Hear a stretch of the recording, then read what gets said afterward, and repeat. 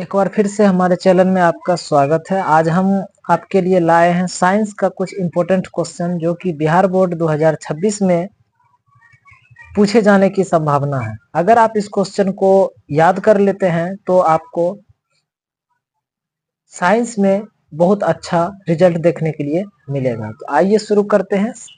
इसमें सबसे पहला क्वेश्चन है, क्रांतिक कौन किसे कहते हैं। बहुत ही इंपॉर्टेंट क्वेश्चन है। यह क्वेश्चन बहुत बार पूछा जाता है और बहुत बार पूछा भी गया है। तो इसका आंसर है, जब प्रकाश की किरण सघन माध्यम से विरल माध्यम में प्रवेश करती है तो वह अभिलंब से परे हटती है, अर्थात विरल माध्यम में बना अपवर्तित कोण सघन माध्यम में बने परावर्तित कोण I से बड़ा होता है। यदि विरल माध्यम में बना अपवर्तित कोण एक समकोण के समान हो जाए तो इसके सापेक्ष सघन माध्यम में बना आपतित कोण क्रांतिक कोण कहलाता है। नेक्स्ट क्वेश्चन है, समतल दर्पण में बने प्रतिबिंब की विशेषताओं को लिखें। बहुत ही इंपॉर्टेंट क्वेश्चन है और यह क्वेश्चन बहुत बार पूछा गया है और पूछा जाता है। तो देखिए इसका आंसर क्या है।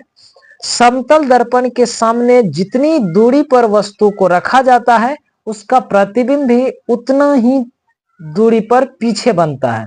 दूसरा विशेषता है, समतल दर्पण में किसी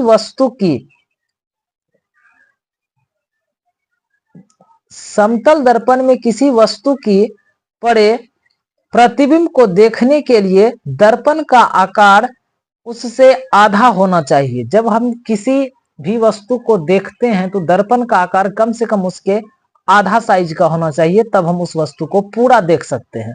तीसरा क्वेश्चन है, अवतल दर्पण के उपयोग को लिखें। बहुत बार ये क्वेश्चन पूछा जाता है और पूछता है। तो देखिए इसका आंसर, अवतल दर्पण के निम्नलिखित उपयोग हैं। पहला, अवतल दर्पण बड़े आकार का प्रतिबिंब बनाता है। दूसरा, अवतल दर्पण वाहनों के हेड सर्च लाइट इत्यादि बनाने में अवतल दर्पण का प्रयोग किया जाता है। तीसरा है, सेविंग दर्पण यानी हजामती दर्पण के रूप में भी अवतल दर्पण का प्रयोग किया जाता है। चौथा इसका विशेषता है या उपयोग है, दंत विशेषज्ञ तथा विशेषज्ञ रोगी परीक्षण के लिए इस दर्पण का उपयोग किया जाता है। ठीक है। नेक्स्ट क्वेश्चन है, प्रकाश का अपवर्तन क्या है, इसके नियम को लिखें। सबसे ज्यादा पूछे जाने वाला क्वेश्चन है, प्रकाश का अपवर्तन क्या है और इसके नियमों को लिखें। तो आंसर देखिए, प्रकाश के अपवर्तन के दो नियम हैं। प्रकाश का अपवर्तन क्या है, तो जब प्रकाश की किरण किसी माध्यम से होकर गुजरता है तो सघन माध्यम में उसका चाल कम और विरल माध्यम उसका चाल ज्यादा होता है। ठीक है, तो वह अपने एंगल से थोड़ा सा मुड़ता है। ठीक है, तो उसको प्रकाश का अपवर्तन कहता है। और इसका नियम जो है, दो नियम है। पहला नियम है, आपतित किरण अपवर्तित किरण तथा आपतन बिंदु पर खींचा गया अभिलंब तीनों एक ही तल में होता है। दूसरा है, जब प्रकाश एक ही रंग में प्रवेश कर किन्हीं दो माध्यमों की सीमा तक पर तिरछी आपतित होती है तो आपतन कोण I तथा अपवर्तन कोण R की जिया का अनुपात एक नियतांक होता है। इस नियम को स्नेल का नियम भी कहा जाता है। अगर आपसे पूछे स्नेल का नियम क्या है तो आप यही लिख दीजिएगा, इसमें भी आपका एक भी नंबर नहीं कटेगा।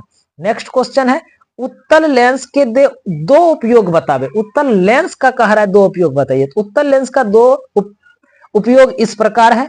पहला उपयोग है, उत्तल लेंस नेत्र से दूर स्थित उत्तल लेंस से दूर दृष्टि दोष को सुधारने में इसका उपयोग किया जाता है। दूसरा है, छपाई के छोटे अक्षरों को जब पढ़ने का बात आएगा तो उसमें हम किसका उपयोग करेंगे, उत्तल लेंस का प्रयोग करेंगे। नेक्स्ट क्वेश्चन है, उत्तल लेंस को अभिसारी लेंस क्यों कहा जाता है। बहुत बारी क्वेश्चन पूछा गया है।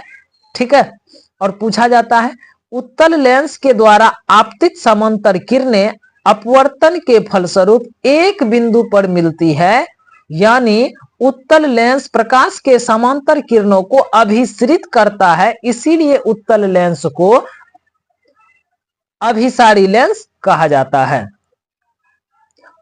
उत्तल लेंस के इसी गुण के कारण उत्तल लेंस को क्या कहा जाता है? अभिसारी लेंस कहा जाता है। अगला क्वेश्चन है अंतर। ये तो सब जानता है कि बहुत पूछा जाता है। उत्तल दर्पण तथा अवतल दर्पण में अंतर। तो उत्तल दर्पण और अवतल दर्पण में निम्नलिखित अंतर है। उत्तल दर्पण में परावर्तक सतह धंसा हुआ होता है। सॉरी, उत्तल दर्पण का परावर्तक सतह धंसा हुआ होता है और उत्तल दर्पण का परावर्तक सतह उभड़ा हुआ होता है और अवतल दर्पण का परावर्तक सतह धंसा हुआ होता है। अवतल दर्पण में वास्तविक और आभासी दोनों प्रकार के प्रतिबिंब बनते हैं, जबकि उत्तल दर्पण में केवल काल्पनिक प्रतिबिंब बनते हैं। अवतल दर्पण प्रतिबिंब को उल्टा और सीधा दोनों बनाता है। उत्तल दर्पण केवल और केवल सीधा प्रतिबिंब बनाता है। अवतल दर्पण प्रतिबिंब बड़ा, छोटा तथा वस्तु के बराबर तीनों प्रकार का बनाता है, जबकि उत्तल दर्पण केवल और केवल छोटा प्रतिबिंब बनाता है। उम्मीद करते हैं कि आज का वीडियो आप लोगों के लिए बहुत ही ज्यादा फायदेमंद होगा। अगर आप इसी तरह का वीडियो चाहते हैं तो हमसे जुड़े रहें। धन्यवाद।